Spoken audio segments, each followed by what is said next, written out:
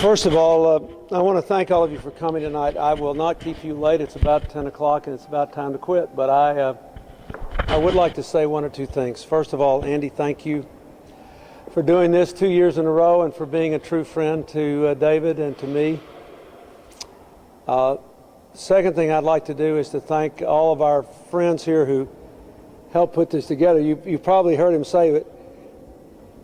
The four of us, Carolyn and Jim and David, now we graduated from high school together. For 8 years when I went home to Arkansas as president, every single time,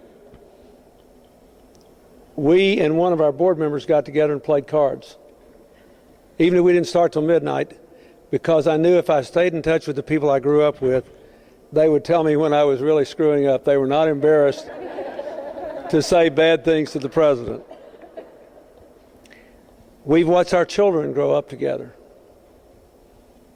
You know, they watched Chelsea grow up together. I've watched Carolyn's 3 kids grow up together. I just got a report from her oldest child at Apple Computer on an education project she's doing. I asked Jim about his kids today. I once chased them through an airport. And David and Linda's children, all 3 of them, I love very much. I love Thea Leopoulos.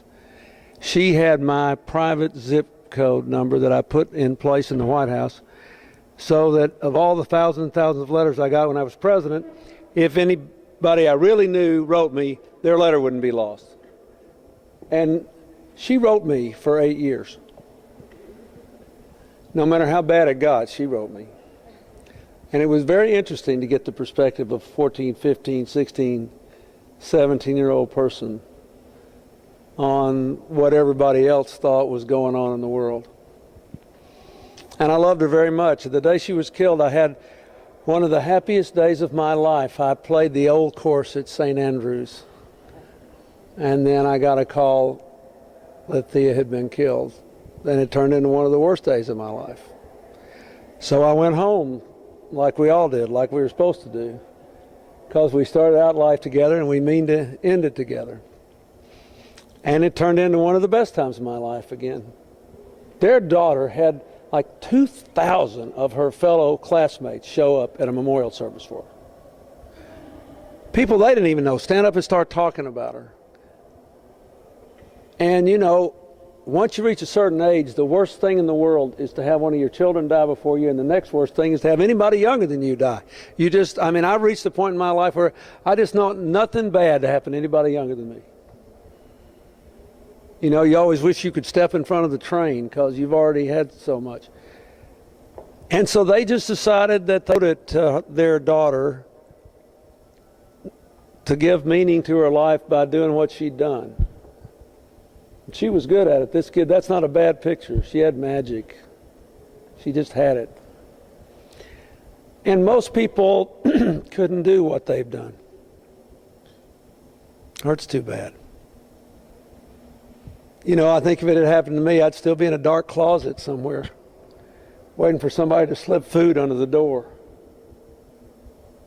And so I love you both for your courage.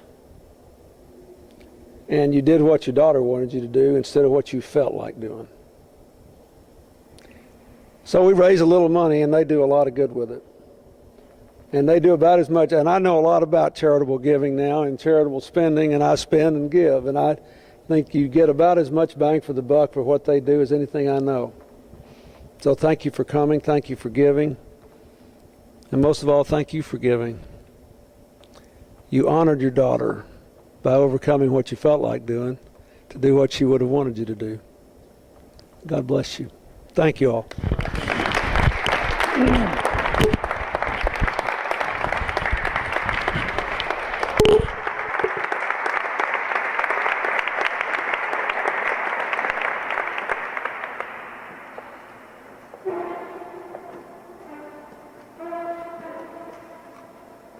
We're getting everybody out.